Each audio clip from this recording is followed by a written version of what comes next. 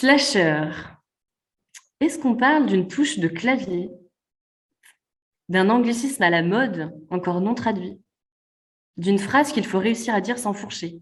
Un slasher sachant slasher sans son chien est un très bon slasher. Ce soir, les couteaux suisses sont mis à l'honneur. Celles et ceux qui sont parfois ou souvent incompris, incomprises par leurs proches, qui ont entendu moult fois, mais tu es sûr que tu ne t'éparpilles pas? Ou comment tu fais pour faire tout ce que tu fais? Ou encore, tu vas faire ça encore longtemps ou tu penses encore changer? Je vous vois sourire. Soit parce que vous vous reconnaissez, soit parce que vous en connaissez bien au moins une de ces personnes qui combinent plusieurs casquettes, plusieurs activités. D'où le mot slasher, qui vient du slash, du clavier. Vous le verrez avec nos invités ce soir, c'est le caractère spécial de la soirée. Profitons-en. Le slasher a plusieurs vies, mais d'ailleurs qui n'en a pas de nos jours. Le slasher peut être artiste, webmaster salarié, bénévole dans une association, ou encore organisatrice d'événements éco-responsables, créatrice de savon bio, maman de 3 enfants. Oui, tiens d'ailleurs, est-ce que les activités, les rôles non rémunérateurs sont-ils considérés comme des slash? Chez ICO, le sujet nous tient spécialement à cœur, pour 2 raisons. La première, c'est que notre équipe est constituée de slashers.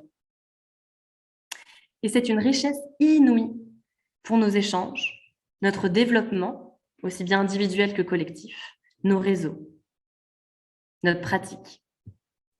La deuxième, c'est que nous accompagnons des personnes en transition professionnelle qui souhaitent de plus en plus faire évoluer leur façon de travailler, de vivre et de se diversifier dans leur mission. Alors parfois, ça commence en poste avec ce qu'on appelle un side project pour se tester, ou parfois c'est une demande de mi-temps pour développer notre activité. Alors, moi, ce soir, je me pose 2 principales questions que je poserai à nos invités ce soir parmi tant d'autres. Finalement, est-ce qu'on n'est pas tous un peu des slashers, chacun à notre niveau? Dans un monde en profonde transition, en profond bouleversement, aussi bien au niveau du travail, au niveau écologique, au niveau social, sanitaire, quelle est la place que peuvent prendre ou qu'ont les slashers? Cette table ronde promet d'être riche et passionnante. Alors, je vous propose donc de passer au déroulé de notre soirée.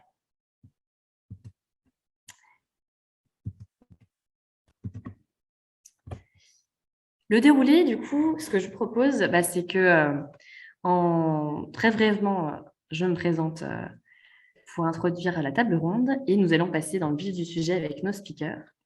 Puis, une phase de questions-réponses. Donc, surtout, c'est ce que je disais dans le chat. N'hésitez pas à poser vos questions au fur et à mesure que vous entendez les échanges. On aura une première partie, donc table ronde, où c'est moi qui questionnerai nos invités. Et puis, on se réservera un temps d'échange tous ensemble. Alors, plutôt dans le chat, si possible, vu que vous êtes nombreux. À voir si on aura un temps d'échange en petits groupes. Mais voilà, on va rester agile par rapport à ce qui se passe ce soir. Qui on est donc chez ICO? On active les talents dont le monde a besoin. Ça, c'est notre mission qui nous donne la niaque, qui nous fait nous lever le matin avec l'équipe. Et donc, on est une équipe d'accompagnateurs, accompagnatrices du changement. On accompagne les particuliers et les entreprises pour que chacun active son plein potentiel au service d'une société qui est plus harmonieuse et plus durable. Et donc, ce qu'on fait, nos accompagnements, donc aussi bien pour les particuliers que les organisations, donc on active les potentiels. Pour les particuliers, on a créé et construit un parcours qui s'appelle Nouveau Cap, qui est une alternative au bilan de compétences classique, puisque c'est une aventure de 3 mois en collectif. Et donc, l'objectif, c'est de préparer sa prochaine étape professionnelle à impact positif. Et pour les organisations, on organise des ateliers, des conférences, des team building pour activer les potentiels des collaborateurs et développer l'engagement et le mieux collaborer ensemble. Et d'ailleurs, on va lancer incessamment sous peu notre nouvelle offre qui est un parcours en entreprise. Donc voilà, si ça intéresse certains, on pourra en discuter d'un autre moment.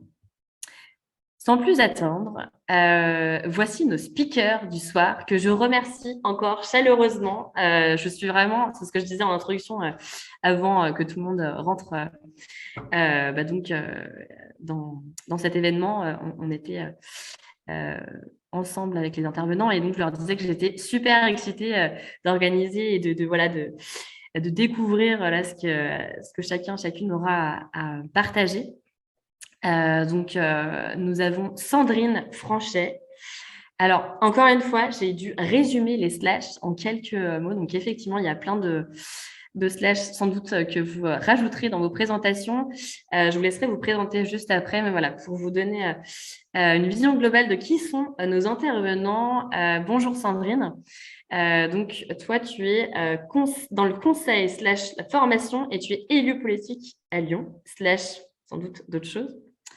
Bonjour Edouard, toi tu es formateur dans le zéro déchet, aussi bien vidéaste, graphiste, web designer, maçon, etc. Bonjour Anne-Sophie, tu es responsable marketing, directrice projet, ambassadrice et aussi maman de 3 enfants. Donc ça faisait le lien avec mon introduction, parce qu'on considère que voilà, c'est un slash aussi d'être maman. Et bonjour Séverine, alors j'espère que tu es là parce que du coup, voilà, je ne t'avais pas vu juste avant. Si tu peux me faire un petit coucou dans le chat, ce sera top. Bonjour Séverine, et toi tu es directrice projet, business développeuse et aussi accompagnatrice. Et pour la petite histoire, juste parce que il y avait pas mal de questions qui se posaient sur Édouard et Anne-Sophie. Sont-ils ensemble dans la vie ou y a-t-il une autre histoire? En fait, pour la petite histoire, Édouard, quand je l'ai contacté justement pour témoigner dans cette table ronde, il m'a d'abord dit qu'il ne se considérait pas forcément comme un slasher. Donc ça, ce sera intéressant aussi d'en rediscuter. Mais il m'a tout de suite redirigé vers sa sœur, Anne-Sophie. Donc ça y est, le mythe est plus clair. Après, avec Anne-Sophie, en réfléchissant et en échangeant ensemble, on se dit, mais si, Edouard, en fait, si, faut qu'il nous partage son expérience, parce que nous, on trouve qu'il est slasher quand même. Et donc, on y reviendra tout à l'heure, sans doute. Je vais arrêter mon partage d'écran et laisser donc, la parole à vous quatre. Je vais d'abord vous demander chacune de vous présenter en quelques mots, de dire voilà, quels sont vos slashs actuels. Et puis après, justement, j'ai quelques questions, bien sûr, à vous poser. Sandrine, peut-être, si tu veux commencer en quelques mots. Eh ben, écoute, je veux bien. Bah, écoute, tu as assez bien résumé mes slashs. Donc, effectivement, je suis d'abord, ce que je considère quand même être un peu mon activité principale et qui est un peu au cœur quand même de mon quotidien, c'est de faire du conseil pour des entrepreneuses, pour les aider à travailler sur leur positionnement et leur message de marque. À côté de ça, je suis également formatrice auprès d'étudiants, donc dans le cadre d'écoles supérieures à Lyon, donc sur toutes les thématiques de communication. Alors, il y a quand même un petit slash que tu n'as pas mentionné, mais je suis aussi autrice d'un certain nombre de guides pratiques pour les entrepreneuses. Le dernier pour lequel je t'ai interviewé d'ailleurs, on aura peut-être l'occasion d'y revenir. Alors, je ne l'ai pas noté, mais je suis aussi maman de 3 enfants, donc si jamais on l'inclut dans les slashs. Je suis aussi adjointe commerce, artisanat, emploi, insertion à la mairie du 5e arrondissement à Lyon, donc depuis l'été 2020, les dernières élections municipales. Et puis, il y a d'autres petits slashs que je n'ai pas forcément mentionnés, qui sont plutôt des activités bénévoles, donc aussi à voir si on les inclut ou pas dans ces fameux slashs. Voilà. Merci Sandrine. Anne-Sophie, qui es-tu dans les grandes lignes au niveau de tes slashs? Alors bonsoir à tous. Donc effectivement, il y a plusieurs slashs et on a inclus le maman, on peut en reparler après. Donc pour être clair, je travaille à 60% en tant que responsable marketing et communication dans un musée en Suisse alémanique. Donc je suis française et installée en Suisse pour le faire très brièvement. Et puis à côté de ça, je suis freelance du coup en médiation culturelle. Donc ce qui était coordination de projet, etc. Ça avec une entreprise de médiation culturelle plutôt en Suisse romande. Donc là où on parle plus français, et puis avec pas mal de liens avec la France. À côté de ça, en fait, moi, je slash vraiment dans mon domaine qui est autour de l'accessibilité, la culture, etc. Et je suis, par exemple, cofondatrice d'un tout nouveau collectif, un collectif qui a 4 mois, mais c'est quand même assez récent, qui s'appelle WO, qui est un collectif de médiateurs culturels indépendants, parce qu'il y en a, en fait, aussi dans ce domaine-là. On pense souvent médiateur en institution, mais euh, pas forcément en freelance. Donc, c'est hyper intéressant, du coup, aussi. Enfin, voilà. Enfin, tout ça se recoupe, quoi. Et puis à côté de ça, j'écris j'interviewe des professionnels en médiation, notamment, mais pas que, pour un blog culturel qui s'appelle Mon Cher Watson, que certains connaissent peut-être. C'est vraiment spécifique à la culture. Je suis effectivement aussi ambassadrice d'une association française en Suisse qui s'appelle Momart et qui essaye d'inviter les familles à aller plus, de manière, disons, euh, plus simple en fait au musée sans avoir des a priori ou des freins. Et puis surtout, en fait, de pousser les musées à accueillir les familles. Et ça, c'est aussi lié effectivement à ce slash de mère de famille qui joue des tours en fait dans le slashing. Enfin, je veux dire, on peut en reparler aussi, mais clairement, c'est quand même assez prenant. Et du coup, la question se pose vraiment, est-ce qu'on le rajoute pas comme slash, quoi. En tout cas, ça a une incidence sur les activités que je fais. Voilà, bon, slash, slash, slash. Après, il y a plein d'autres choses, effectivement, mais en gros, c'est ça. Merci Anne-Sophie. Du coup, Edouard, je te laisse poursuivre. Qui es-tu dans les grandes lignes, slash? Bonsoir. Alors moi, je suis qui je suis? Par où commencer? Moi, je suis communicant indépendant depuis longtemps en fait. Donc le fait d'être indépendant a amené à créer beaucoup d'activités autour de la communication. Je travaille sur effectivement le domaine des déchets aussi depuis un certain temps. Donc j'ai été chargé de communication à une époque d'une association qui s'appelle Zero Waste France et depuis donc je me suis beaucoup développé dans la thématique et donc je donne des ateliers et des conférences dans les entreprises. Et à côté de ça, j'ai co-créé avec plein d'autres gens un écolieu qui s'appelle le Moulin Bleu, qui est dans le Loir-et-Cher. Et donc moi, j'ai pas d'enfants, mais je vis avec 18 personnes. Donc c'est une autre forme de charge mentale. Et voilà. Et donc, enfin, je pense qu'on y reviendra en détail après, mais donc ces activités-là cumulées, ça fait que j'ai à la fois une partie conseil et accompagnement de structures essentiellement associatives. Moi, je suis vraiment issu du milieu associatif depuis tout le temps. Et c'est ce qui a aussi créé cette manière de travailler sur plusieurs domaines, dans plusieurs secteurs, parce que souvent, quand vous êtes engagé associatif assez poussé, vous avez beaucoup de casquettes. Et vous cumulez pas mal de rôles. Enfin, tous les gens dans le secteur associatif, plus on en fait, plus on en fait. Donc, tous ceux qui sont dedans connaissent. Et donc, quand j'ai continué ensuite à avancer professionnellement, ça a donné un panel de beaucoup de choses à faire en même temps. Et cet écolieu a été l'aboutissement finalement d'une réflexion qui est à la fois associative et à la fois professionnelle. Et donc, aujourd'hui, on travaille à développer le lieu. Et donc, ça veut dire construire, réparer, donner à manger aux animaux. Enfin, il y a toute une vie à la ferme en fait qui se met en place à côté de ça. Merci Edouard. Et du coup, je crois qu'il nous reste Séverine. Bon, bonsoir tout le monde. Oui, donc alors moi je suis Séverine Mercier. Alors j'ai découvert tout récemment que j'étais slasheuse en discutant justement avec Perrine parce qu'elle me demandait ce que je faisais. Donc moi pour mon histoire, donc moi j'ai travaillé 20 ans en société de conseil et d'ingénierie numérique et il y a 1 an, donc j'ai créé ma structure dont l'objectif est d'accompagner les entreprises dans leur développement, puisque j'ai un parcours vraiment de développement et de business commercial. Et je me suis dit que j'allais créer une activité autour de ça et sur la base de mes compétences. Et puis, en même temps et en parallèle, j'étais bénévole dans une association qui s'appelle Elle Digital, qui offre pour la mixité dans les métiers du numérique. Et je me suis retrouvée donc à un poste de directrice de projet et qui m'amène à toucher effectivement à plein de domaines de compétences et de gérer des projets. Ce que disait un peu Edouard, c'est vrai que le monde associatif, ça fait qu'effectivement, plus on en fait, plus on en demande, plus on en fait. C'est le cercle vicieux. Et puis, dans mon activité moi-même de développement commercial, effectivement, j'accompagne des entreprises d'un côté. Je travaille pour ma propre entreprise à développer et accompagner des clients, mais sur différents formats. Donc, effectivement, je finis par faire beaucoup de choses, raison pour laquelle, d'ailleurs, j'étais un peu en retard et que parfois, il y a des petits couacs. Et en plus, effectivement, je suis maman de deux jeunes filles et donc, effectivement, on peut considérer que c'est un slash supplémentaire puisqu'il y a des deuxièmes journées ou troisième journées qui commencent bien souvent. Donc voilà. Merci Séverine.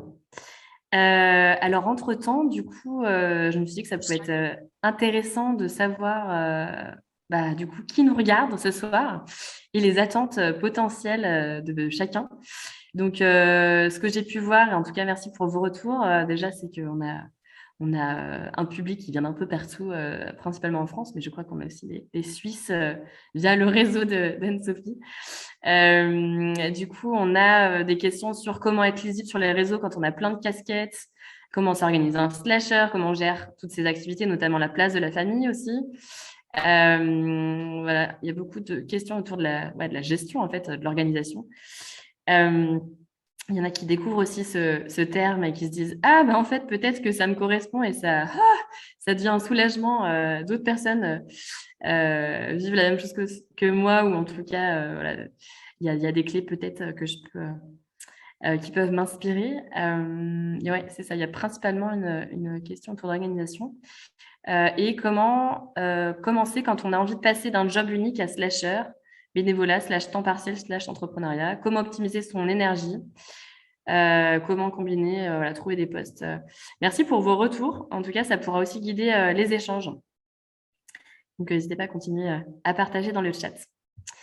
Alors, je vais du coup poursuivre mes petites questions en vous prenant peut-être plutôt par deux pour avoir plusieurs grilles de lecture. Et puis, n'hésitez pas à rebondir si vraiment il y a quelque chose, vous dites que c'est vraiment intéressant. Enfin, de toute façon, ce sera intéressant, ce n'est pas le sujet, mais en tout cas, de complémentaires à ajouter.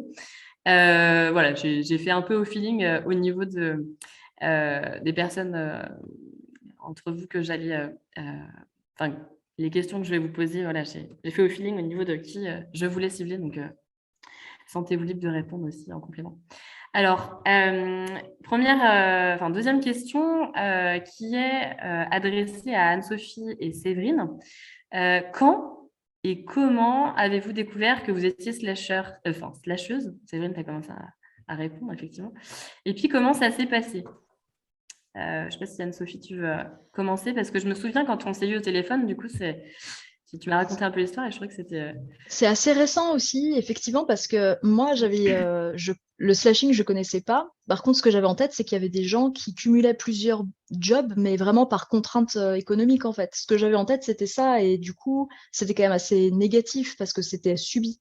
Alors que moi, j'avais beaucoup de plaisir à accumuler toutes ces missions, et puis on pourra en reparler, mais j'ai énormément culpabilisé pendant très longtemps parce que on se sent un peu pointé du doigt, en fait. Les gens comprennent pas, en effet, qu'est-ce qu'on fait exactement, pourquoi est-ce qu'on n'arrive pas à se définir en un seul mot, c'est compliqué, et du coup, j'avais complètement ravalé toutes ces idées de faire plusieurs idées, enfin, en tout cas, d'en parler autour de moi, ça devenait compliqué parce que j'avais pas envie de faire peur aux gens, en fait, tout simplement.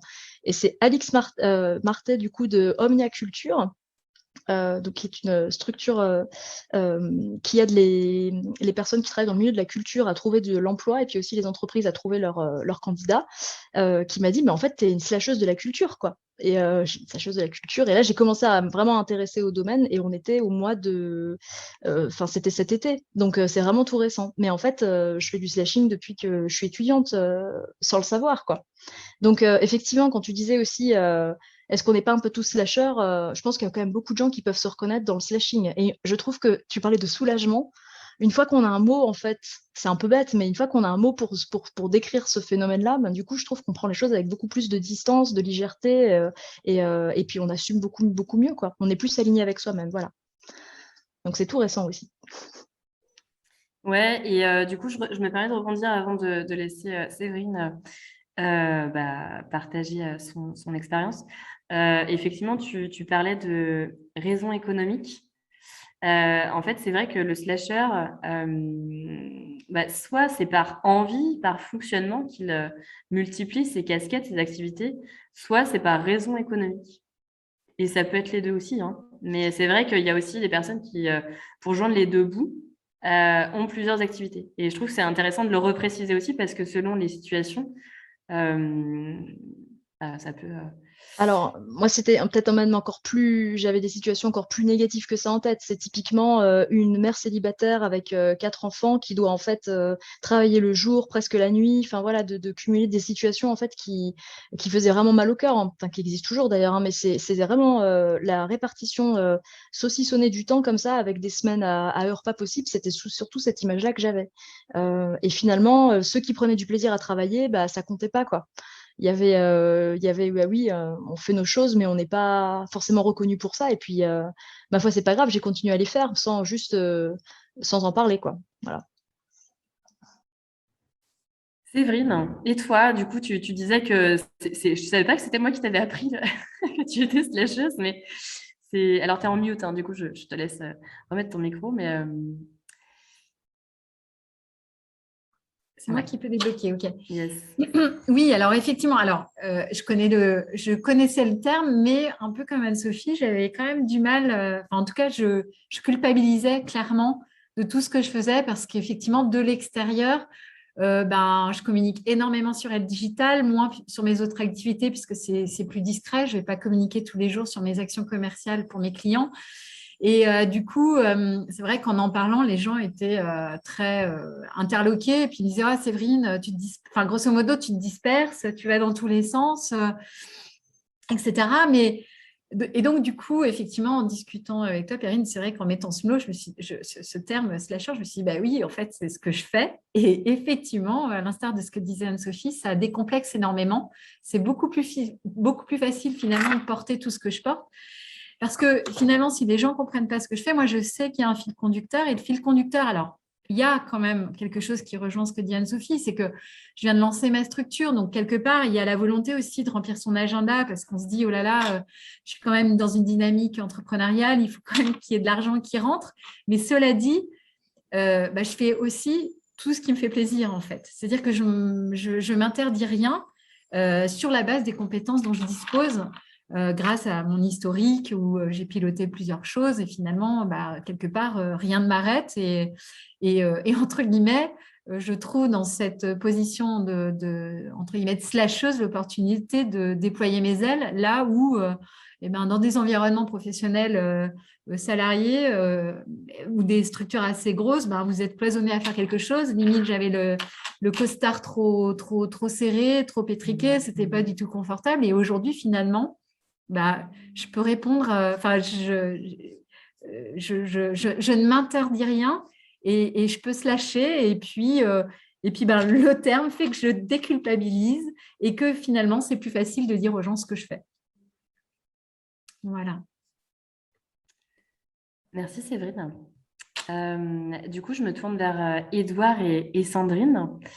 De votre côté, comment ça s'est mis en place? Est-ce qu'il y a un avant, un après?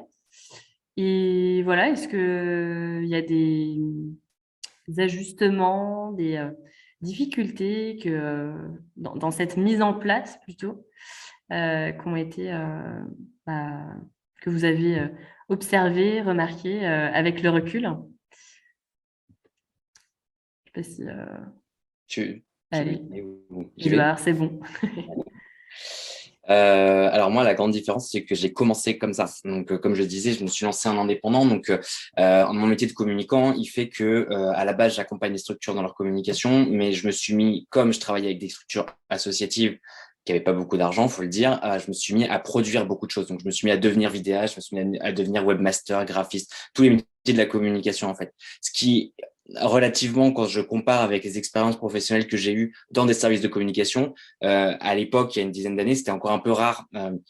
En fait, les chargés de com qu'on formait, ils étaient plutôt formés à faire travailler d'autres métiers. Et donc, en fait, toute cette génération qui a commencé à bosser au début des années 2010 s'est mis à faire un peu tout à la fois parce que d'une part, c'était possible, surtout dans les métiers de la communication, mais d'autre part, en fait, ça devenait un peu une évidence de dire on va pas juste déléguer avec toute une chaîne très longue tout ce qu'il y a à faire dans le monde de la communication, on va le faire nous-mêmes parce qu'il y a des besoins, parce que les choses sont pas si compliquées à faire, etc., etc. Donc, du coup, moi, personnellement, je me suis lancé comme ça. Le monde associatif m'a apporté tout un réseau de projets, de choses qui faisaient que je pouvais travailler tout le temps. En fait, c'était disons que c'était même pas une recherche d'être slasher, c'est juste un état de fait. À un moment, vous arrivez on vous demande d'animer tel truc, on vous demande de faire une conférence, on vous demande de préparer un atelier, on vous demande de faire un événement, et vous êtes dans une dynamique où vous le faites. Donc, moi, le milieu dans lequel j'évolue depuis ce temps-là, c'est quasiment que des personnes qui font la même chose. Et c'est pour ça que, en premier lieu, je me définis pas comme slasher, je me définis juste comme une personne qui travaille dans plein de choses différentes. Alors, il se trouve que quand on est indépendant, c'est plus simple parce que de fait, on est libre. Je suis libre de faire ce que je veux. Quand on est salarié, il y a quand même une contrainte ou en général un job un peu principal. Cela dit, moi, toutes les personnes avec qui je monte des projets, ils sont aussi salariés d'ailleurs. Donc c'est pas forcément incompatible pour le coup. C'est du temps de travail un peu en moins, des 60%, des 80%. En fait, de plus en plus, là en ce moment, je fais une mission dans un cabinet de conseil. Quasiment personne n'est à 100%. Tout le monde est à 70-80% parce que derrière, c'est des gens qui vont donner des cours, c'est des gens qui vont faire d'autres choses. Il y a des personnes qui sont vraiment enfin moi ce que j'appellerais slasher, c'est vraiment je fais une activité une autre complètement différente. Voilà, je suis communicant et bûcheron, enfin par exemple des choses qui ont rien à voir. Ça pour moi ça demande une organisation beaucoup plus complexe que des métiers où, quand on est un peu dans des métiers intellectuels, finalement, entre organiser une conférence, écrire un livre ou accompagner une entreprise, en fin de compte, quand on se mobilise un peu et qu'on a la gymnastique du cerveau pour faire ça, ça devient possible, en fait. Je crois que c'est ça le truc. Moi, j'étais dans un monde où il y a eu aucune barrière et personne m'a dit non, non, tu peux pas le faire. Pourquoi pas devenir demain chauffeur de car, ça ou autre chose, en fait, si, bah vas-y. Et cette gymnastique-là de bouger fait qu'il n'y a pas grand-chose qui vous fait peur. Enfin, alors on va pas devenir chirurgien du jour au lendemain, mais et pourquoi pas, en fait, j'ai envie de dire. Enfin, on se forme, on reprend des études et puis on recommence, etc., etc. Moi, c'est mon monde et c'est vrai que du coup, j'en connais pas un autre. Donc, pour moi, c'est très naturel de faire tout ça. Ouais, et d'ailleurs, c'est ce qui m'avait frappé, en fait, quand on avait échangé. Bah, ça rejoint, en fait, ce qu'on se disait avec Anne-Sophie. Mais c'est fou parce que Edouard, il se considère pas comme slasher. Et moi, bah, du coup, quand je t'ai contacté, vraiment, je me disais, bah, si, quand même. Et en fait, je trouve que c'est hyper intéressant aussi ton point de vue, ce qui rejoint, en fait, mon questionnement. Est-ce qu'on n'est pas tous un peu slasher? Est-ce que c'est pas un état d'esprit? Quand je t'entends, j'entends bah, que tu parles de gymnastique du cerveau, mais est-ce que tout le monde est câblé comme ça? Moi, je suis pas sûre. Enfin, c'est vrai que dans les personnes que je rencontre, que j'entends, qu'on accompagne, tout le monde n'est pas forcément dans l'envie de multiplier des personnes qui sont plutôt. J'ai l'impression, encore une fois, je n'ai pas de vérité. Hein, je questionne. J'ai l'impression qu'il y a des personnes qui ont envie d'être voilà dans un univers, mais pas forcément à multiplier les casquettes, et à la fois qu'il y a quand même un essor, un développement de plus en plus de personnes qui ont envie de se tester, d'expérimenter, de découvrir, de diversité. J'ai l'impression qu'il y a, voilà, est-ce que c'est une question aussi de le monde classique ou l'état d'esprit qu'on nous a inculqué depuis nos études, voilà, notre système, ou est-ce que voilà, il y a aussi un univers qui est alternatif, différent, innovant, voilà, c'est aussi des questions là qui surviennent quand je t'entends parler. Et vraiment, oui, je reviens sur ce mot slasher. Finalement, encore une fois, les mots veulent dire des choses pour certains, pour d'autres moins. C'est un mot qui peut donc soulager certaines personnes qui, justement, parfois se sentent un peu déroutées de leur fonctionnement. Mais encore une fois, ouais, intéressant de se dire finalement qu'est-ce que c'est être slasher aujourd'hui et toi, derrière ce que tu mets aussi, quoi. Donc, merci pour ce premier partage. Et du coup, Sandrine, si tu veux nous partager, toi, voilà, est-ce qu'il y a eu un avant-après, comment ça s'est passé pour toi et Moi, éventuellement. un petit peu comme Edouard, en fait. Moi, je suis un peu tombée dedans très vite, alors un peu plus tôt, hein, parce que moi, c'était dès le milieu des années 90, hein, donc ça remonte. Hein, mais ça, c'est lié, en fait, à l'univers professionnel dans lequel je me suis lancée, qui est celui du journalisme, et où, de toute façon, il y avait très peu de postes fixes, permanents, CDI. On savait que, de toute façon, on se lançait là-dedans et qu'il fallait il fallait un peu multiplier les projets, les rédactions avec lesquelles on travaillait. Donc, je me suis retrouvée effectivement à travailler avec différents types de rédactions, différents types de médias, à avoir des projets de bouquins, à travailler, à faire de la création de contenu pour les premières web agencies, comme on les appelait à l'époque. Donc, c'était déjà de toute façon voilà, ces activités multiples. Et finalement, pour moi, qui est en gros 25 ans d'expérience professionnelle, j'ai eu une expérience de 6 ans comme salarié à temps plein dans une entreprise et 6 ans pendant lesquels j'ai fait vraiment, enfin, quasiment que ça. Et finalement, c'est une toute petite période dans ma carrière professionnelle. Après, j'ai eu envie justement de faire autre chose, d'explorer plein de champs parce que l'envie, voilà, de liberté, d'apprendre des nouvelles choses, parce que je trouve que c'est un des bénéfices, en tout cas, du slash, c'est de pouvoir finalement se dire, bah, tiens, il y a tel secteur qui m'intéresse, j'ai envie d'apprendre à faire ça, comment je vais faire? Je vais essayer de rencontrer des gens, je vais aller… Et enfin, toute cette exploration qu'on a est vraiment intéressante. Alors, autant quand ma première période, c'était pas effectivement vraiment… D'abord, le terme n'existait pas hein, au milieu des années 90. On ne parlait pas de slash, on pouvait parler effectivement plutôt de multi-employeurs ou des choses comme ça, ou d'activités parallèles. Et en revanche, après, moi, moi, je me suis lancée vraiment dans une activité artisanale, donc manuelle, de création textile. Donc, je suis sortie justement de la profession uniquement intellectuelle, mais assez rapidement, en fait, ça ne m'a pas suffi.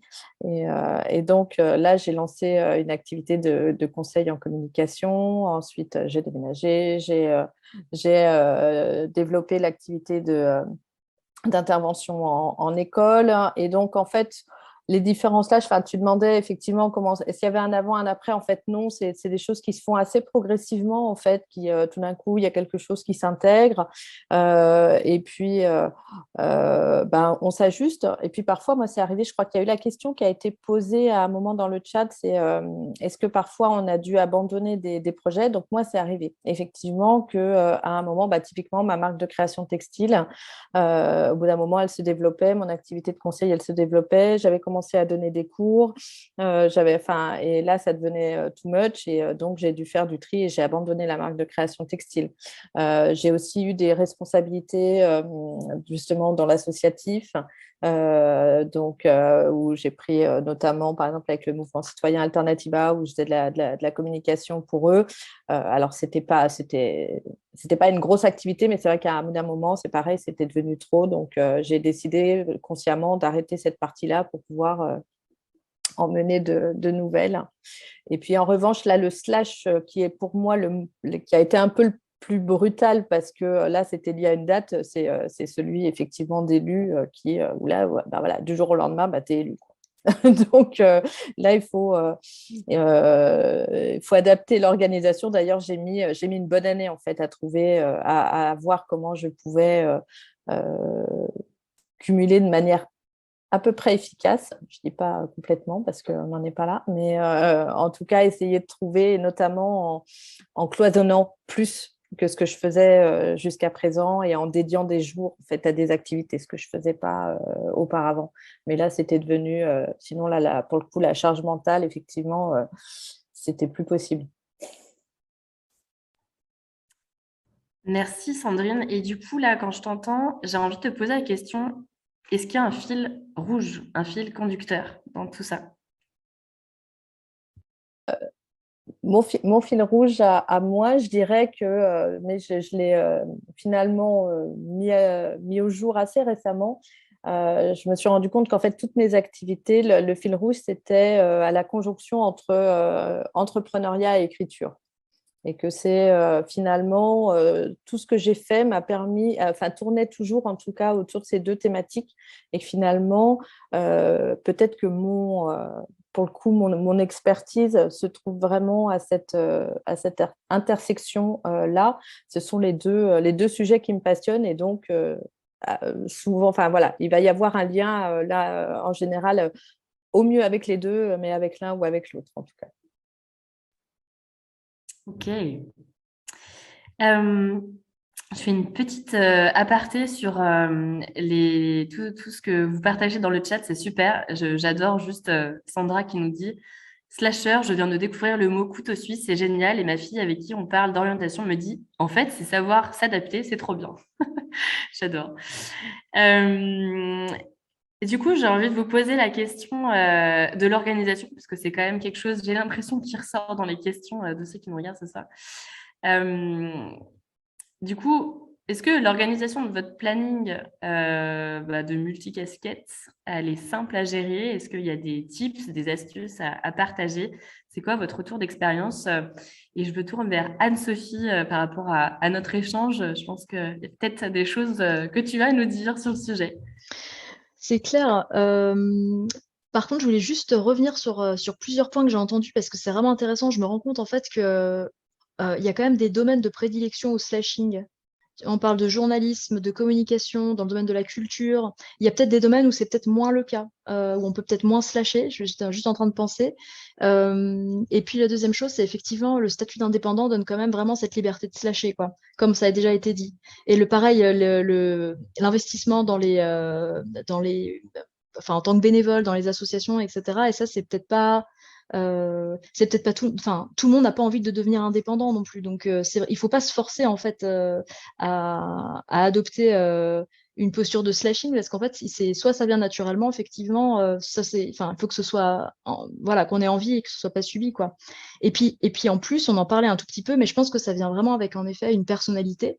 Parce que ça correspond pas à tout le monde, ça c'est clair. Moi, je vois mon conjoint, c'est pas du tout un slasher, quoi. Et c'est pas grave. En fait, c'est pas. Je veux dire, c'est aussi OK. Heureusement d'ailleurs que. On n'a pas besoin d'être tous lâcheurs non plus. Mais pour le coup, voilà, enfin, il n'y a pas de culpabilité à avoir, quoi. Je voulais juste dire ça à tous ceux qui découvrent peut-être qu'ils sont slasheurs et qu'ils ont plusieurs activités et que c'est OK. Et donc, au niveau de l'organisation, alors là, il faut être effectivement assez bien rodé. Je pense qu'on parlait tout à l'heure de dispersion, que les gens, c'était. En fait, le plus difficile, c'est gérer l'image que les gens ont de nous et qui nous font du coup sentir mal, alors que nous, tout va bien. C'est genre, mais c'est pas possible, tu peux pas faire tout ça en 24 heures. Enfin, mais en fait, si, mais qu'est-ce qui va pas avec moi, quoi? Ou alors, est-ce que je fais quelque chose de. Est-ce que je survole? Est-ce que c'est juste mal fait? On commence en fait à se poser des questions dès que les autres commencent à nous remettre en question. Et c'est vrai qu'à partir du moment où on assume plus toutes ces activités-là, je pense qu'il faut, justement, pour éviter de se disperser, en fait, les slasheurs, ils sont tous sauf dispersés parce qu'il faut être tellement bien organisé qu'en effet, moi, je bosse par exemple beaucoup avec des agendas en ligne, je suis obligée, enfin, qui sont tous connectés entre eux pour que, effectivement, d'un point de vue professionnel, je sache comment m'en sortir. Alors, de manière très pratico-pratique, si vous voulez vraiment savoir, j'ai simplement plusieurs entrées dans mon agenda en ligne qui me permettent de savoir pour quel type d'activité j'ai telle réunion ou tel travail à faire, etc. Et puis, j'ai un agenda partagé avec mon conjoint. Pour tout ce qui est justement dans le personnel. Donc lui, il n'a pas accès à mon agenda personnel parce que professionnel, non pas parce que je veux pas, mais parce que je pense que sinon il ferait vraiment une crise cardiaque, parce que je pense qu'il n'a pas idée en fait de tout. J'ose encore pas trop assumer vraiment tous les slash mis les uns à côté des autres. C'est rigolo. Donc par contre, dans l'organisation de la famille, c'est évident qu'il faut être du coup, il faut être sur-organisé, quoi, parce que là, il n'y a pas vraiment de place comment dire, enfin, à la surprise, Enfin, on trouve des moments, hein, on peut se faire plaisir, j'entends, c'est pas le problème, mais il faut être hyper bien coordonné pour aller, je sais pas, typiquement chercher les enfants, qui est-ce qui cuisine, pour faire les courses, enfin, des choses aussi basiques que ça, mais qui en même temps font tourner aussi la maison, quoi. Et puis voilà, slasher avec des enfants, c'est tout un programme. C'est une thématique qu'on aborde aussi avec les indépendantes, parce que c'est vraiment en général plus un problème que les indépendantes se posent, de savoir si c'est possible de faire une vie d'indépendante avec des enfants. C'est chaud, mais c'est faisable. Franchement, alors, sachant que moi, je suis pas complètement indépendante, mais j'ai des indépendantes autour de moi qui m'en parlent aussi en bien. On m'a toujours dit, il y a un temps pour tout, mais finalement, moi, j'ai pas voulu choisir, donc j'ai tout fait de front. J'ai été maman assez jeune, c'est vrai, mais en même temps, alors, il y a eu des difficultés par ailleurs, et il y en a toujours. C'est vraiment pas tout rose non plus. Mais c'est vrai que quelque part, à un moment donné, il faut s'écouter, et si ça vient intuitivement, c'est pareil, il faut pas combattre ça, quoi. Donc, voilà, du coup, c'est hyper organisé avec des agendas et puis énormément de communication, surtout quand on vit à deux, quoi. À deux, même sans enfants, j'entends, voilà. Je pense que c'est là où il peut y avoir le plus de couac. Et d'un point de vue professionnel, il faut être simplement hyper au clair sur quel projet on travaille, avec qui, pour pas louper justement une réunion ou envoyer un mail au bon moment, etc. c'est vraiment une gymnastique effectivement, qui s'acquiert au fil du temps, donc il n'y a pas de stress par rapport à ça. Et pour répondre à la question aussi, j'ai vu une question passer sur comment est-ce qu'on peut passer d'un statut de salarié à un statut de slashing. En fait, c'est complètement compatible, et je pense, Edouard, tu le disais aussi, on peut tout à fait être salarié par exemple, complètement à mi-temps ou à 80%, mais moi je suis à 60 par exemple, pour faire quelque chose à côté d'autre. D'ailleurs, qui a peut-être rien à voir effectivement avec le domaine professionnel. Il y en a aussi beaucoup qui, du coup, prennent la liberté de travailler à 80% et ils ont du coup, par exemple, des week-ends de 3 jours pour faire des activités qui les nourrit par ailleurs. Et ça, je pense que c'est hyper important pour être en phase avec soi-même, de surtout pas enfin, soustraire des activités simplement parce qu'on peut pas. Voilà.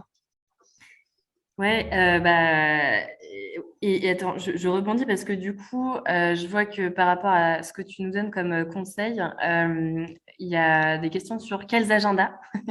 Soyons concrets. Soyons concrets. Ouais. Non, bah oui, Comment tu organises par semaine ou par mois? Je Est-ce que tu as savais des pas routines? je savais pas si j'osais dire que j'étais avec Google Agenda, parce qu'en fait, c'est le plus simple que j'ai trouvé, effectivement, mais il y en a vraiment, je pense, plein d'autres. Ça, c'était plus par fainéantise de chercher autre chose. Donc, j'utilise des agendas en ligne. Pour tout ce qui est gestion de projet, j'utilise Trello et Monday. Donc, c'est 2 logiciels avec une version gratuite. Enfin, Monday, non, en fait, je crois qu'il y a peut-être pas une version gratuite, ouais. Mais Trello, en tout cas, ça me permet de travailler vraiment en par projet et de savoir où est-ce que j'en suis et pour avoir voilà, mes tâches par rapport à mes deadlines, etc. Donc, je travaille pas avec un rétro-planning, je travaille juste avec une aide-mémoire de toutes les tâches que j'ai à accomplir par projet. Voilà, de façon très concrète avec les outils. Et puis j'ai un carnet, j'écris aussi beaucoup pour pas oublier des choses. En fait, tout ça, ça se recoupe. Et puis des carnets de différentes couleurs pour pas me tromper sur les différentes activités, typiquement. Surtout qu'il y a quand même deux grosses choses qui sont séparées entre quand même le côté salariat, employé, dans une structure du coup fixe avec voilà, des partenaires et des projets sur le long terme. Et puis le côté freelance qui est beaucoup plus proactif au sens, enfin, j'ai beaucoup plus de liberté et finalement, je réponds à des projets sur le beaucoup plus court terme, quoi. Donc là, il faut être vraiment bien organisé pour rien louper. Ouais, je crois que quand même, hein, le qualificatif organisé revient souvent chez les slashers. C'est quand même une caractéristique qui est, voilà, pour permettre de switcher d'un univers à l'autre, d'un métier à l'autre, d'une fonction à l'autre, c'est assez important. Et je reviens sur ce que tu disais, en fait, effectivement, et on reviendra sur les statuts un peu plus tard, mais typiquement, ouais, nous, on a accompagné des personnes qui, à un moment donné, négocient un temps partiel pour soit se mettre à 80% et développer, comme Aurélie, une activité d'accompagnement à la parentalité positive, comme quelqu'un qui est chef de projet informatique qui va se mettre en accompagnement en Reiki, pareil à 80, enfin à 20% du coup. Et ouais, on peut très bien, toi c'est 60%, enfin voilà, combiner plusieurs statuts. Si tant est que voilà, on sait pourquoi on le fait et qu'est-ce qui nous enthousiasme et qu'on s'organise en fonction. Ouais. Alors, je dois avouer qu'en France, c'est peut-être pas forcément encore très culturel. Et moi, je vois, on parlait de peur tout à l'heure, je disais que les gens avaient peut-être peur de se lancer là-dedans, mais en fait, les employeurs ont peur des slashers, enfin, du côté multitask, justement, en se disant que je pense qu'on n'a pas encore vraiment évolué là-dessus, que justement, c'est des personnes qui finalement n'ont pas fait de choix, qui ne savent pas trancher, qui sont certainement très désorganisées, très dispersées, alors que pas du tout. Donc ça, il faut absolument que ça change. Et j'y travaille en parlant justement du slashing aussi autour de moi. Je me dis, si chacun met son petit pied à l'étrier. Là, j'habite donc, comme je le disais, en Suisse, et c'est quand même beaucoup plus facile de demander des pourcentages réduits, même les hommes. Je dis ça parce que ça peut paraître anecdotique, mais en fait, il y a les seules femmes que je connaisse, employées à temps partiel en France. Les seules personnes sont des femmes. Il y a certainement des hommes, c'est évident, mais c'est vrai qu'ici, c'est vraiment OK d'avoir un job à 80% parce qu'en fait, souvent, ils veulent s'occuper de leur famille ou faire des activités sportives ou des choses comme ça. Donc, c'est peut-être un peu plus facile à combiner aussi. OK. Potentiellement, voilà. Merci pour le complément. Édouard, est-ce que tu as un retour d'expérience sur l'organisation? Alors, si toi, en plus, tu as commencé direct à combiner plusieurs activités, je vois aussi qu'il y a une question là, est-ce qu'on trouve une organisation petit à petit, même si on n'est pas forcément quelqu'un de très organisé naturellement? Voilà, est-ce que sur l'organisation, tu as quelque chose à partager? Donc, ça rejoint un peu ce que je disais tout à l'heure sur la question de sur quel domaine on travaille. En fait, globalement, il y a quand même dans le tertiaire quasiment tous les domaines où on utilise un ordinateur. Et alors, quand vous commencez à faire, par exemple, du télétravail, quand vous commencez à justement un peu moins travailler dans votre entreprise, etc., ben, en fait, vous vous apercevez que sur l'ordinateur, on peut faire beaucoup de choses. Vous pouvez organiser beaucoup de choses, vous pouvez écrire beaucoup de choses, vous pouvez lire, vous pouvez partager. Et donc, en fait, c'est vrai que soit vous découpez votre temps vraiment d'un jour à un autre, vous êtes caissier, caissière un jour, vous êtes, je sais pas, footballeur le lendemain, enfin bref, soit vous avez vraiment une hygiène comme ça de vie à découper votre semaine, soit vous êtes plus comme ce que moi je fais, c'est-à-dire que je traite tout de front. En fait, ma journée, elle commence assez tôt, je dois dire, et c'est un choix, quoi. Et du coup, moi, j'ai choisi de pas avoir d'enfant aussi, donc c'est vrai que je me consacre qu'à mes activités. Et dans mes activités, il y a aussi mon mode de vie qui me prend beaucoup de temps. Enfin, vivre avec 18 personnes dans un écolieu, c'est assez long en fait. Ça demande beaucoup de réunions, ça demande beaucoup d'organisation. Il y a des temps dans la journée qui sont dédiés pour moi où je vais justement travailler pour le projet, que ce soit sur mon ordinateur ou que ce soit dans le jardin. Mais c'est vrai que sinon, moi, je traite tout de front et des choses m'arrivent. Je les fais par, comment dire, pas dans les urgences, mais je prends ce qu'il y a de plus chaud, je le traite et puis j'avance comme ça. Ça peut être quelque chose d'associatif, ça peut être un copain qui me demande de lui faire un flyer, ça peut être, voilà, enfin, je suis dans l'association de sport du village là où j'habite et donc j'organise des événements avec eux. Enfin, ça peut être un peu tout ce qu'il faut. Moi, mon cerveau s'est habitué et je pense que ça c'est la fameuse gymnastique du cerveau à dire qu'est-ce qu'il faut faire en fait. Vous le marquez dans un agenda, mais en fait naturellement vous allez prioriser les tâches qu'il y a à faire. Il y a une tâche qui en entraîne une autre et une autre et une autre. Il y a aussi un rapport au fait d'être beaucoup à faire ça. Et donc, je dirais que la principale, enfin, un des principaux atouts d'un slasher, enfin, une personne qui fait plusieurs activités, c'est son capital social. Moi, aujourd'hui, j'aide énormément de personnes en même temps que eux m'aident. Et donc, en fait, dans cette entraide-là, une activité que vous commencez quelque part va pouvoir aboutir grâce justement au réseau que vous avez à droite, à gauche avec des gens. Et ça, je pense que c'est très important dans l'organisation du travail. On n'est pas tout seul, quoi. On ne travaille pas en silo quand on travaille avec plusieurs activités parce que justement, on est relié à plusieurs activités. Et de la même manière que vous allez mobiliser des compétences dans une activité qui n'a rien à voir avec une autre, vous allez aussi pouvoir mobiliser un réseau, des connaissances, etc. avec ces activités-là. Et ça, c'est fondamental. On n'est pas tout seul dans un coin en train d'essayer de faire ces trucs, quoi. Voilà, je ne sais pas si je réponds à ta question, Perrine. C'est ta réponse. Je n'attends pas de réponse spécifique. Mais ouais, c'est vrai que c'est un vrai sujet. On le voit dans les commentaires qu'il y a beaucoup de personnes qui se disent, mais attends, moi, j'ai un job j'ai un 35 heures dans une entreprise que j'aime et comment avoir d'autres activités quand je suis à temps plein quelque part ou par exemple je suis salariée 100% et prends des congés pour faire des projets perso comme bénévole, animatrice, atelier et présidente d'une association. Ça peut se faire, mais il faut bien s'organiser et elle utilise le temps des transports pour l'association. Merci, Chara, pour Ouais.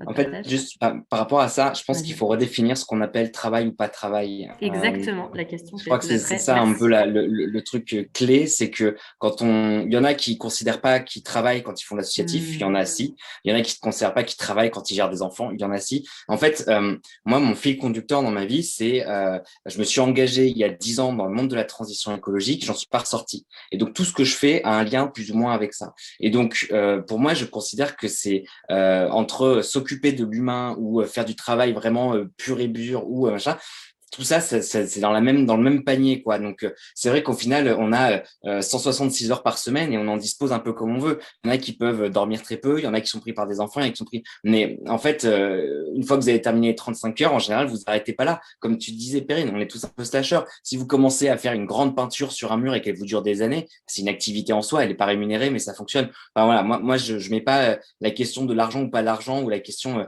du labeur ou pas du labeur. Je pense que c'est pas pour moi une question, en tout cas. Je me permets de rebondir du coup sur ce qu'Edouard disait aussi sur la question de... Ah mince, enfin, j'avais plusieurs idées du coup pour rebondir. Déjà, je voyais le mot routine aussi apparaître dans les commentaires. Alors, enfin, chez moi, pas de routine, ça n'existe pas. C'est pas que je veux pas, c'est qu'en fait, c'est impossible. Il n'y a pas une semaine qui se ressemble parce que, du coup, à cause de tous ces projets-là, sur la façon aussi de gérer son temps, c'est vrai que Ah oui, voilà, je voulais dire que c'était des métiers passion qu'on avait aussi. Je pense que c'est vraiment un point commun qu'on a avec Édouard, du moins. Donc, moi, vraiment, dans le milieu culturel, c'est vrai que, en fait, c'est sans limite. Parce que j'ai l'impression que tout ce que je lis, c'est intéressant de toute façon. Parce qu'à côté de ça, j'ai aussi des groupes sur les réseaux sociaux que j'administre, enfin, notamment sur Facebook, et que je fais vivre avec du partage de veille que je fais. Ça, c'est pareil, potentiellement dans les transports, potentiellement lors d'une conversation. Et puis, en fait, les gens sont là, mais comment tu fais? Mais oui, mais en fait, ça prend pas tellement de temps. C'est juste. C'est la continuité d'une journée très inspirante, quoi. Donc, à partir du moment où c'est vrai qu'on est vraiment passionné par ce qu'on fait, on compte plus ses heures. Enfin, voilà, la semaine, elle est divisée. Et puis, un autre truc aussi, c'est vrai que, alors, j'ai 3 enfants, dont un qui est encore vraiment très jeune, mais j'ai pas besoin de beaucoup dormir. Je pense que ça aide, honnêtement. Moi, 5 heures d'affilée, c'est bon, quoi. Et c'est vrai que je pense que ça me fait gagner énormément de temps parce que je peux commencer très tôt ma journée. Je peux aussi la finir très tard. Je peux aussi travailler la nuit. Enfin, voilà. Et vraiment, honnêtement, j'y ai pensé à un moment donné. Je me dis, mais voilà, les gens qui ont besoin de, je sais pas, 8 9 heures pour se requinquer, bah forcément, ça fait des heures en moins potentiellement pour faire des choses. Mais c'est pas moins bien ou plus. Enfin, c'est juste que c'était une pensée que j'avais eue comme ça aussi, qui pourrait peut-être expliquer le tout, quoi. Bah, en tout cas, merci pour l'éclairage, parce que ça répond aussi à des questions dans le chat. Alors après, moi, je veux rassurer, hein, moi, je dors 8 9 heures par nuit et voilà, j'ai l'impression d'arriver quand même aussi à faire des choses. Et du coup, Sandrine, merci parce que j'allais te questionner sur cette question. Alors, Edouard faisait la transition avec ma question sur les statuts, sur le fait de considérer des slash au niveau de l'activité rémunératrice ou non rémunératrice. Je me souviens, j'avais organisé une table ronde il y a maintenant 3 ans sur les slasheurs. À l'époque, en tout cas à Lyon, c'était assez nouveau comme sujet. Et donc, il y avait Marielle Barbe, d'ailleurs, qui a écrit un livre, un super livre qui s'appelle Profession Slasher. Je le recommande vivement, avec plein d'exercices dedans, qui disait finalement, on est tous un peu multifacettes. Et oui, en fait, par rapport à cette question de différentes casquettes, est-ce que, ouais, quel retour d'expérience tu as, toi, sur les différents statuts? Est-ce que, voilà, les activités, enfin, les casquettes maman, bénévole, slash élu, slash communicante, voilà, comment tu répondrais à ça? Bah, avant de parler, moi, de ma propre expérience, il y a donc, juste pour revenir, en fait, je suis en train de finaliser un livre sur, alors, il ne parle pas de slasher, il parle plutôt de side project. Et justement, il s'intéresse, je suis allée avec ma co-auteure, on est allé interviewer plein de femmes qui ont justement soit un projet ou qui ont lancé un side project. Et évidemment, la question de la définition, qu'est-ce qu'on considère comme un side project? Est-ce que c'est forcément rémunérateur? Est-ce que ça peut être complètement bénévole?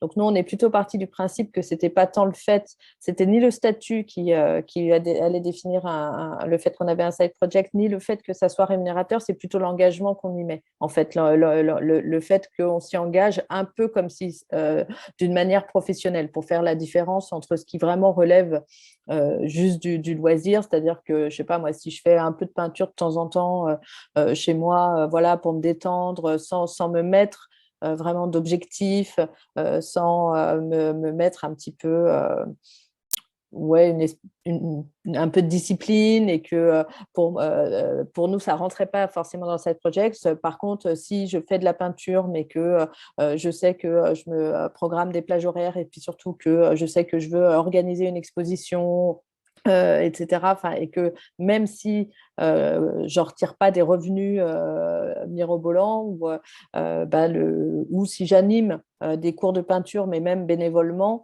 mais que j'ai cette démarche un petit peu voilà, d'aller au bout, de faire vraiment un projet. Là, ça rentrait dans notre scope, on va dire, sur le side project. Donc ça, c'était un petit aparté pour moi. Alors moi, qu'est-ce que... du coup, pour l'activité professionnelle, moi, j'ai un statut, j'ai été auto-entrepreneuse et j'ai rejoint une coopérative d'activité, donc Graines de Sol. Donc, je suis entrepreneuse salariée, ce qui me permet à la fois d'avoir la liberté de l'entrepreneuse et en même temps la protection sociale quand même de la salariée, ce qui n'est pas forcément une mauvaise chose. Après, élu, ce n'est pas vraiment un statut, hein, Voilà, c'est un mandat, il n'y a pas de… voilà, après, il y a des indemnités qui sont liées à ça. Euh, sur… Après, voilà, pour moi, le statut, depuis que quand même, ça c'est beaucoup… il y a beaucoup de souplesses qui sont apparues quand même si c'est encore parfois un petit peu compliqué, mais il faut avouer quand même que la micro-entreprise, le portage salarial, les coopératives d'activité, le fait de pouvoir aussi mener des projets complètement bénévoles, hein, je sais pas, moi, monter un blog, par exemple, pour écrire sur un sujet qui nous passionne, je sais pas, sur la permaculture, par exemple, qu'on pratique et on veut partager son expérience, où on n'a pas besoin de statut particulier. Donc, la question peut se poser, mais en général, on peut assez facilement quand même trouver le statut qui nous convient. Ça, je ne sais pas si les autres participants seront d'accord avec moi là-dessus. Après, je pense que la question qui peut se… Alors, on répondra peut-être sur le portage salarial éventuellement. Enfin, je ne sais pas s'il y a une question. C'est en fait un dispositif qui permet d'être salarié par une structure qui facture à notre place la prestation de service et puis qui ensuite nous reverse la prestation sous forme de salaire. Et donc, oui, pour moi, l'enjeu, il est plus, et on l'a un tout petit peu effleuré, c'était la question aussi peut-être de comment on se présente avec toutes ces activités, plus comment on fait pour voilà, avoir toutes ces casquettes et puis avoir une image qui reste quand même qui reste cohérente, parce qu'il faut avouer ça, on l'a un tout petit peu effleuré, mais il y a quand même il peut y avoir déjà de l'incompréhension de l'entourage, pas forcément voilà, nos clients ou qui ne comprennent pas forcément effectivement ce qu'on fait. Et puis après, vis-à-vis des partenaires ou des clients qu'on peut avoir, c'est aussi un peu un enjeu de savoir finalement, est-ce qu'on se présente sous une activité principale et des activités annexes ou pas. Alors, c'est vraiment la question que je voulais poser juste après, donc merci décidément, hein. C'est l'entourage en fait, parce que parfois, en tout cas, dans de nombreux échanges que j'ai avec des slashers, mais en fait, personne ne comprend ce que je fais, j'ai toujours besoin de me justifier. Enfin, voilà, c'est assez fascinant.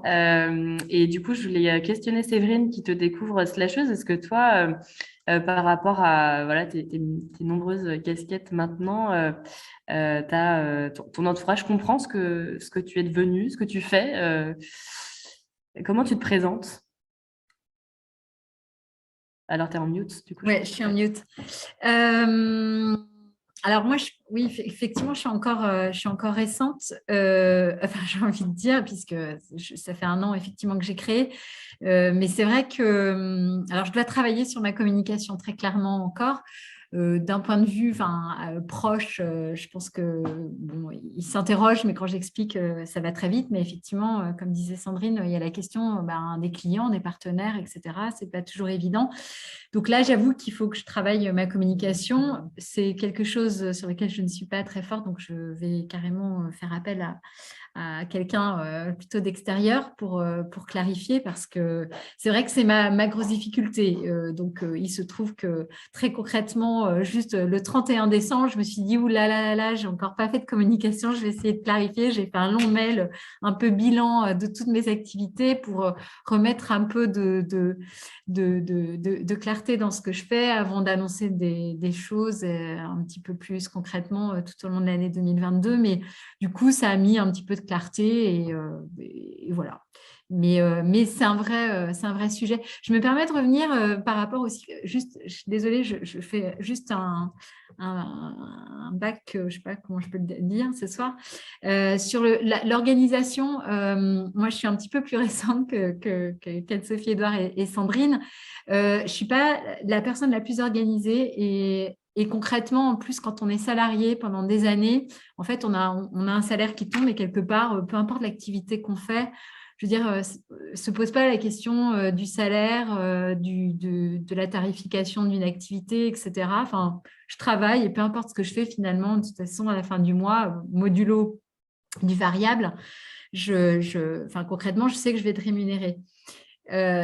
Pour moi, c'est un vrai apprentissage aujourd'hui de cloisonner et pas à pas, j'améliore mon organisation, ma structuration. Donc, effectivement, je rejoins tous les outils dont Anne-Sophie a parlé, Édouard ou encore Sandrine. C'est vrai que j'en découvre tous les jours et j'ai besoin d'être aidée, soutenue et j'en parle beaucoup avec des homologues pour trouver les bonnes pratiques. En fait, c'est un vrai partage et puis une appropriation de ce qui m'est offert et partagé.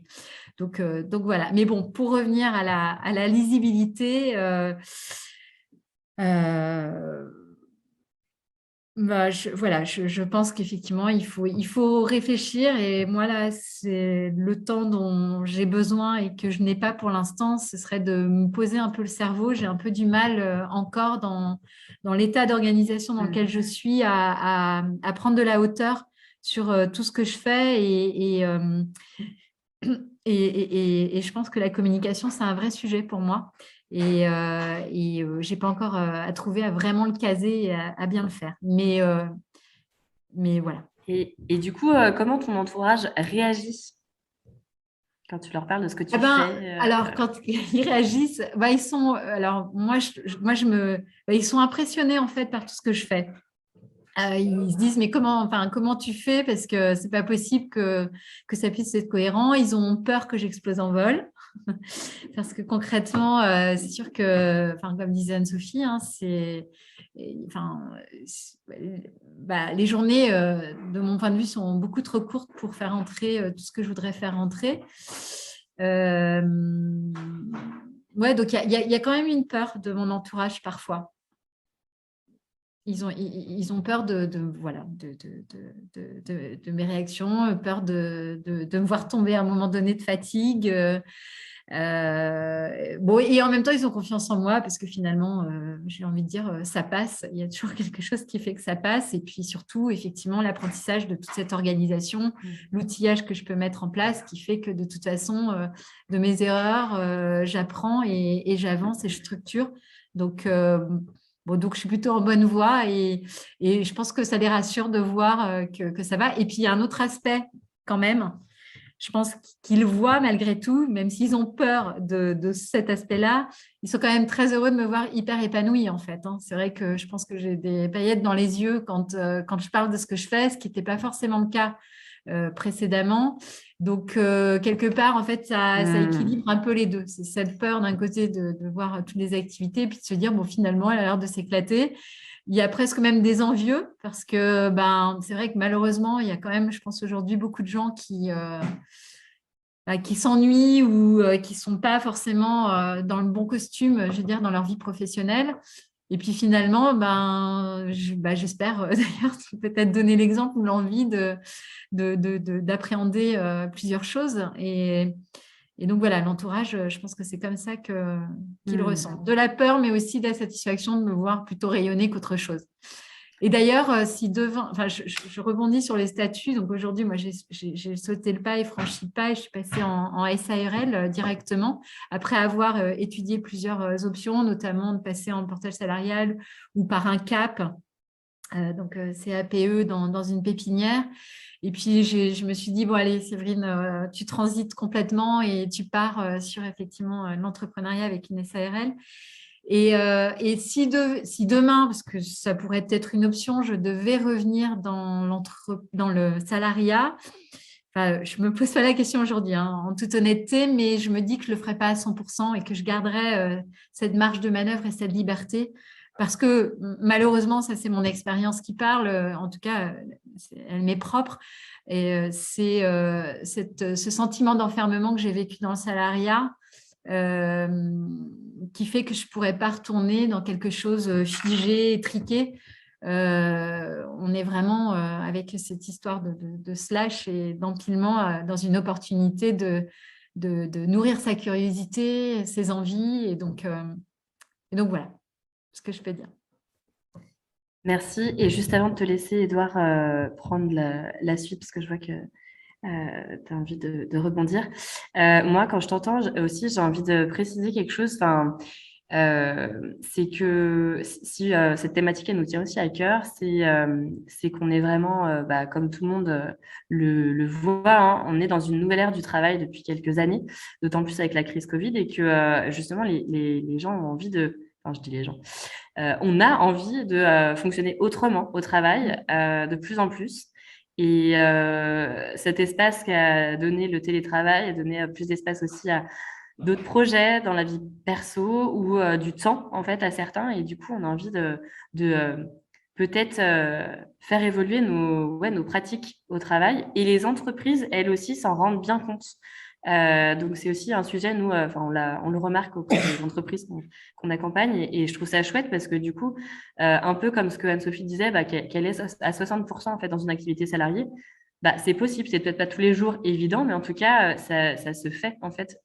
Et voilà, il n'y a pas un statut qui est le bon. En fait, ça va être selon chacun en fait le statut qui sera le bon. Il y a un instant T puisque la vie pro, la vie perso, c'est une série d'étapes. Et du coup, comme tu te dis, rien n'est figé. Et Edouard, je te laisse rebondir. Ouais, non, je voulais juste faire un petit focus. Moi, quand je suis rentré dans ce monde-là, j'ai beaucoup participé à des activités dans des communautés de freelance à Paris. J'ai notamment bossé dans un coworking qui s'appelait Mutinerie Coworking à l'époque, qui a fermé depuis, mais bon, bref, c'est une autre histoire. Et en fait, moi, je pense quand même que dans le monde du freelance, il y a un biais de genre qui est quand même assez important. Et c'est vrai que moi, personne m'a jamais demandé pourquoi je faisais ça. En fait, ça paraissait très naturel. Je pense que d'une manière ou d'une autre, on venait d'un monde où des hommes entrepreneurs, ça fonctionnait bien. Et c'est vrai que dans ce monde-là, les femmes se posaient beaucoup plus la question et se remettaient beaucoup plus en question. Et je pense que ça, c'est un peu en train de changer. On est en train de passer un peu le cap. C'est encore un peu, enfin voilà, le simple fait de se dire, mais enfin, les amis qui demandent mais pourquoi tu fais ça, moi on m'a jamais demandé pourquoi je faisais ça. Et donc je pense que ce biais de genre il est quand même vachement important dans ce monde-là et qu'il faut aspirer à ce qui se casse quoi et que à un moment on puisse aussi être égaux face au fait de devenir entrepreneur parce que finalement être slasher pour moi c'est être entrepreneur d'une certaine manière quoi, c'est entreprendre des projets, plusieurs projets à la fois. Ça veut pas dire être Jeff Bezos à la fin, hein, loin de là, mais plutôt d'entreprendre des choses. Et c'est vrai que je pense qu'il y a des bâtons dans des roues et des questionnements beaucoup plus grands quand il s'agit voilà, entre les gens. En tout cas, c'est comme ça que j'ai observé et j'espère qu'aujourd'hui, ça commence un peu à bouger à ce niveau-là. Ok, merci pour ce complément. Et en fait, je vois que l'heure tourne. J'ai encore 10 000 questions et j'ai noté pas mal de questions dans le chat. Donc, je vais peut-être en poser une ou deux dernières avant de passer au vôtre dans le chat que j'ai récapitulé pour après. Moi, il y a une question quand même qui m'est très chère parce que, en fait, vraiment, moi, ce qui m'anime au quotidien, c'est d'allier le sens et l'impact. C'est pas pour rien que je vous ai sollicité chacune, parce que à travers vos slash, vous avez des convictions, un engagement au niveau de aussi bien l'écologie, l'inclusion numérique que politique. Et voilà, j'ai envie de vous poser la question, dans ce monde qui est en profonde transition, mais plus spécifiquement voilà, sur des enjeux écologiques, sociétaux auxquels on fait face. Est-ce qu'il y a une place spécifique pour les slashers? Est-ce que voilà, il y a une contribution ouais, est-ce que le slasher peut justement avoir une place spécifique ou en fait c'est un moyen comme une autre de contribuer? Et ouais, c'est un peu la question que je me pose, et notamment avec cette nouvelle ère du travail dont je parlais, est-ce que c'est aussi ça le futur? Bon, alors il y a deux questions là, désolée, je m'en suis rajouté une, mais prenez ce qui vous fait réagir. Là, c'est plutôt carte blanche, celle ou celui qui a envie de réagir par rapport à ce que je vous propose comme question. Non, moi, le mot qui me vient avec le slash, c'est une certaine agilité finalement et de la souplesse, ce qui manque peut-être aujourd'hui. Enfin, c'est vraiment à brûle pour point parce que je n'ai pas réfléchi à ta question avant, Perrine, mais ouais, c'est l'agilité, la souplesse peut-être dans ce monde qui parfois est très rigide. Aujourd'hui, je pense que j'entends trop souvent des gens dire qu'ils restent dans des postes, ils ne sont pas bien. Finalement, la respiration, c'est juste le week-end ou les 3-4 semaines de vacances où on part, alors on va à l'autre bout du monde, puis on revient, et puis finalement, au bout de 2 jours et 48 heures, on est déjà essoufflé finalement après avoir pris une respiration. Donc, moi, concrètement, oui, moi, ça m'apporte vraiment beaucoup de respiration. C'est de pouvoir effectivement rester en éveil, nourrir ma curiosité, etc. Et puis, alors évidemment, je crois qu'il y a une question qui était posée. C'est sûr que je crois que c'est Léonie qui demandait potentiellement, on peut avoir plein de projets, plein d'idées, mais quid de l'instabilité financière? Moi, concrètement, j'ai réduit très largement mes revenus financiers. Je souris et c'est une inquiétude permanente, évidemment, parce qu'il faut quand même pouvoir nourrir sa famille, etc. Mais quand même, je crois qu'en fait, j'ai jamais eu aussi peu peur de ma vie en étant aujourd'hui dans mon activité de slasheuse, parce que quelque part, finalement, je suis heureuse de la diversité que je peux faire, et je me dis qu'effectivement, cette agilité, cette souplesse, c'est peut-être ce qu'on pourrait apporter dans le monde de l'entreprise, et peut-être permettre plus de respiration à des environnements où il y a énormément de burn-out, où il y a franchement un mal-être, des conditions de management qui ne sont pas toujours terribles. Donc, ouais, peut-être que c'est un levier pour aller plus vers du bien-être et un peu plus de bienveillance. Alors, je vais utiliser le terme de la bienveillance, mais dans un terme qui devient galvaudé, parce que tout le monde utilise ce terme, et puis parfois, ce n'est pas fait d'état de fait, mais ce n'est pas suivi de fait. Mais voilà ma première approche, première idée. Merci à toi. Sandrine? Ouais, moi, ce que je voulais dire, c'est que, à mon avis, être slasher, ce n'est pas une garantie d'œuvrer, on va dire, pour une transition écologique et égalitaire. On peut très, très bien imaginer d'être slasher à côté consultant pour des cigarettiers, influenceur sur Instagram pour des bagnoles de luxe. Enfin, voilà. Donc évidemment, c'est pas à mon avis, le type d'activité. Après, pour quelqu'un qui a envie de contribuer et qui a envie d'avoir du sens dans sa vie professionnelle, en tout cas, c'est une option qui peut permettre justement, quand on l'a peut-être pas dans l'emploi actuel et que c'est compliqué de changer du tout au tout et peut-être d'aller chercher dans un autre secteur, ça peut être une option intermédiaire de se dire, par exemple, en complément de mon boulot actuel qui peut-être me nourrit pas ou me permet pas d'avoir l'impact que je voudrais avoir, finalement, je réduis peut-être un peu mon temps et je développe une activité complémentaire qui me permet à la fois de trouver du sens, soit de manière bénévole, et puis on peut aussi accepter de vivre en baissant un petit peu son niveau de vie. En général, quand on augmente sa satisfaction, on accepte assez bien de baisser son niveau de vie, dans des limites du raisonnable, évidemment, mais ou en tout cas d'aller trouver une activité qui permet de combiner effectivement des revenus et quand même une activité où on a l'impression de contribuer de manière plus positive à son environnement et à la société. Donc, c'est comme ça que je le verrai, en tout cas, sur ce plan. Merci. Anne-Sophie? Je partage complètement ce que Séverine et Sandrine ont dit. C'est vrai que je pense qu'en fait, les mentalités changent, mine de rien. Je le vois aussi dans les articles que je lis sur Internet, etc. En fait, ceux qui ont trop souffert de cette situation étant plus jeunes et qui deviennent maintenant managers se souviennent quelque part de cette agilité dont les employés du coup ont besoin aussi pour s'épanouir dans leur travail.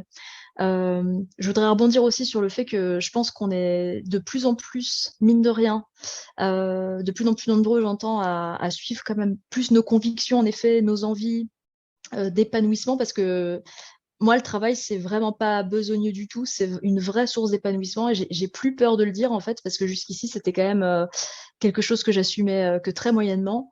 Si je fais des semaines à rallonge, en fait, c'est mon problème et j'aimerais vraiment qu'on me laisse tranquille et j'aimerais qu'on laisse tranquille les autres, en fait, avec toutes ces injonctions. C'est surtout ça, en fait, le message que j'aimerais faire passer.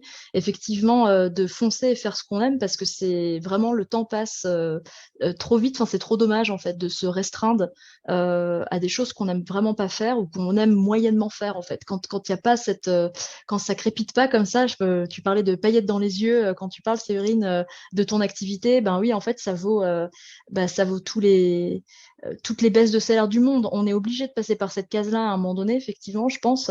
Sauf si ce qu'on aime, c'est de vendre des bagnoles de luxe, justement, et qu'on se fait en plus plein d'argent, j'en sais rien, mais peu importe, c'est vrai que je pense il faut accepter ça et pas hésiter à passer, si vraiment les gens sont motivés pour faire du slashing, en tout cas d'avoir plusieurs activités professionnelles et qui sont en poste à temps plein, essayer de passer par un pourcentage réduit, parce que je peux comprendre complètement aussi la problématique de tout lâcher. D'ailleurs, c'est pour ça que je suis à 60% aussi. J'ai quand même une famille à nourrir et on a fait les comptes à 100% en freelance, ça fonctionnerait pas pour le moment.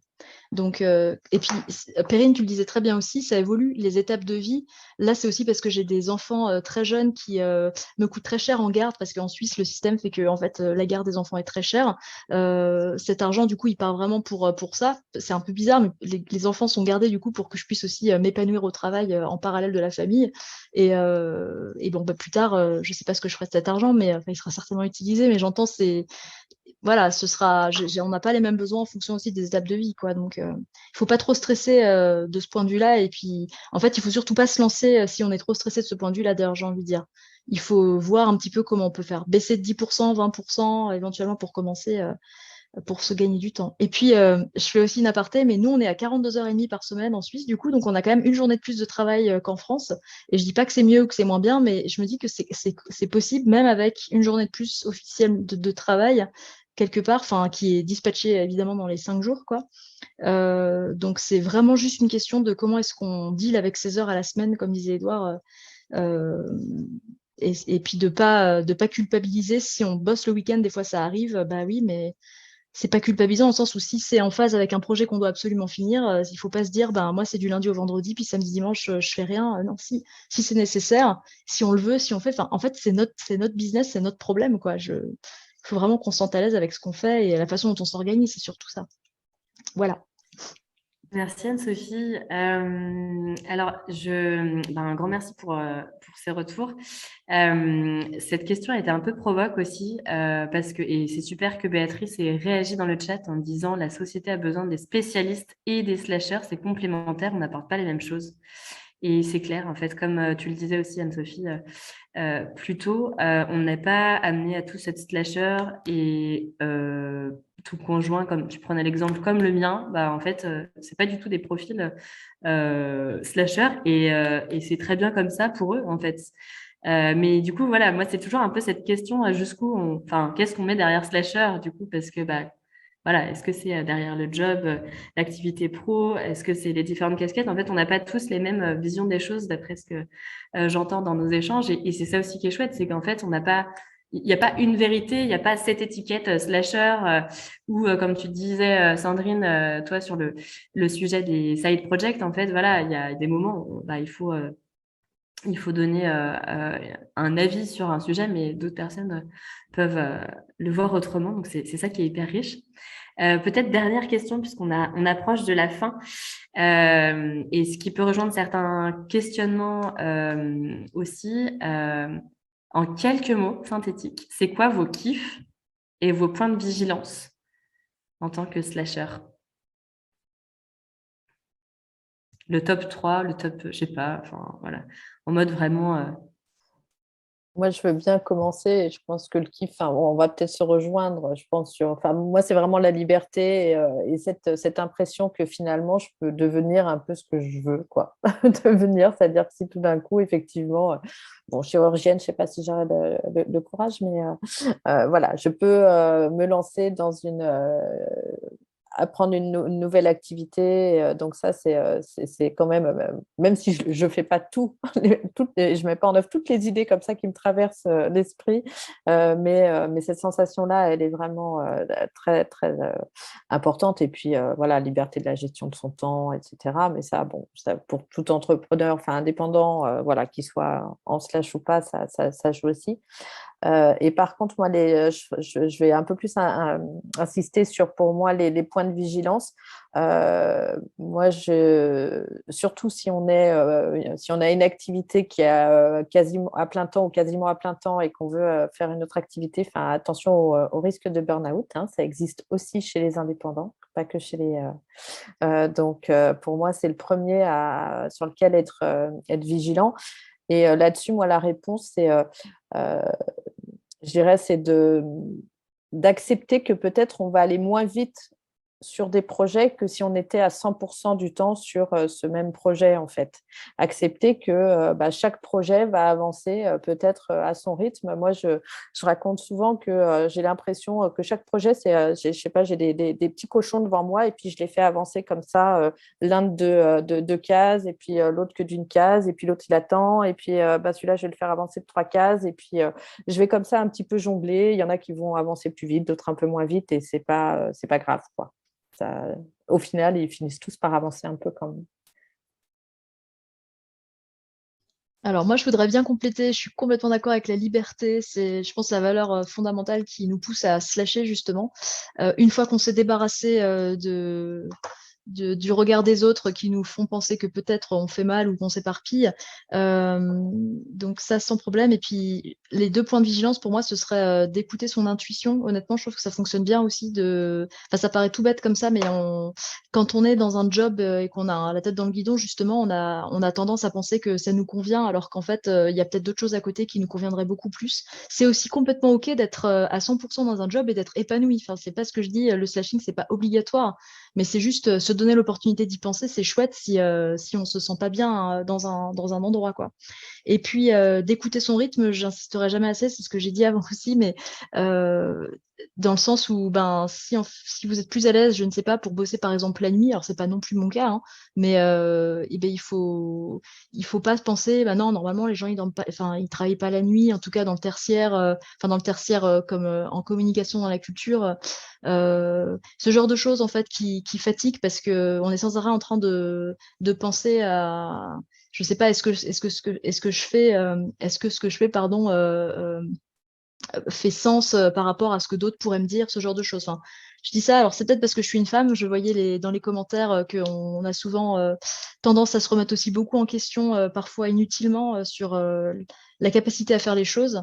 Mais c'est vrai que c'est le point de vigilance. Moi, ça m'a changé la vie une fois que je me suis dit, mais en fait, si je veux bosser le week-end, la nuit, n'importe, je m'en fiche, le matin, entre 2 cuillères à mon petit, enfin, j'en sais rien. En fait, c'est mon problème et c'est mon organisation et personne doit avoir quoi que ce soit à dire là-dedans si moi, je me sens bien épanouie, quoi, voilà.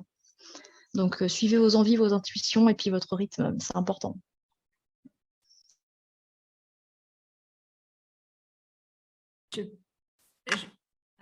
Vas-y, Edouard, si tu veux, pardon. Ok. Moi, je plus sois la liberté. Hein. C'est vrai que c'est un sentiment qui est enivrant, en fait. Quand je bossais à Mutinerie, le slogan, c'était libre ensemble. Et c'était magnifique parce qu'à la fois, on était libre et à la fois, on était ensemble. Donc, on était libre d'être ensemble quand on veut, comme on veut. Et ça, c'est quelque chose qui est assez transcendant et que je souhaite pour tout le monde. Et donc, et en même temps, du coup, ça va avec le côté peut-être un peu négatif ou en tout cas le risque que ça peut être, c'est l'individualisation aussi de ce profil-là. Moi, j'ai vu quand même beaucoup de gens dans ce monde-là faire un peu comme ils voulaient quand ils voulaient, quoi. Et c'est quand même un grand privilège de pouvoir faire ça. Mais en même temps, faire société, c'est aussi être ensemble et faire attention un peu à ce qui nous entoure. Et donc, si c'est juste pour pouvoir bosser un peu comme on veut, partir en voyage n'importe où quand on veut, etc. Enfin, juste écouter ses propres pulsions de vie qui sont elles-mêmes liées en général à des conditions conditions sociales aussi qui sont bonnes, hein. Enfin, je parlais des hommes tout à l'heure, mais on peut parler juste du fait que la plupart des temps, les indépendants, ils ont des masters, ils sont bien insérés dans la société, etc., etc. Donc, faut pas trop. Enfin, je pense que c'est important quand même de se recentrer aussi sur ce qu'on peut apporter à cette société et pas juste se dire toute chousse, je fais ce que je veux quand je veux. Alors, c'est une injonction un peu étrange que je suis en train de vous raconter là, mais en tout cas, voilà, le risque que je peux voir, si la société devenait entièrement slasheuse, ça serait que d'une manière ou d'une autre, on puisse perdre parfois un lien et même parfois juste un rapport à la réalité. Non, il y a des métiers qui peuvent pas faire ça. On aura toujours besoin de métiers hyper importants, je sais pas, éboueurs ou caissiers, etc. Et ces métiers-là, clairement, ils peuvent pas se déplacer comme ça et faire un peu ce qu'ils veulent. Donc, je pense que c'est important quand même de se recentrer parfois et de aussi ouvrir. D'ailleurs, quand on parlait tout à l'heure du fait qu'on est tous passionnés par ce qu'on fait, cette passion, si on arrive à la transmettre, si on arrive à faire en sorte que d'autres métiers puissent aussi être passionnés par ce qu'ils font, ce serait chouette, quoi. Voilà, tout simplement. Alors, je réouvre mon micro. Alors oui, bon, même partage, hein, forcément. Enfin, je pense que vous l'avez entendu, la liberté et les ailes bien mieux déployées qu'avant, ça c'est une vérité. Moi, il y a un autre point qui est juste extraordinaire, c'est que j'aime les gens et que je suis amenée à rencontrer plein de gens différents. J'ai travaillé 20 ans dans l'IT, enfin, dans le numérique, et je continue à le faire, mais en même temps, je suis sur des sujets où je vais rencontrer des mondes du sport. Enfin, donc, c'est juste génial. Et effectivement, je rejoins assez Édouard, hein. Enfin, je pense que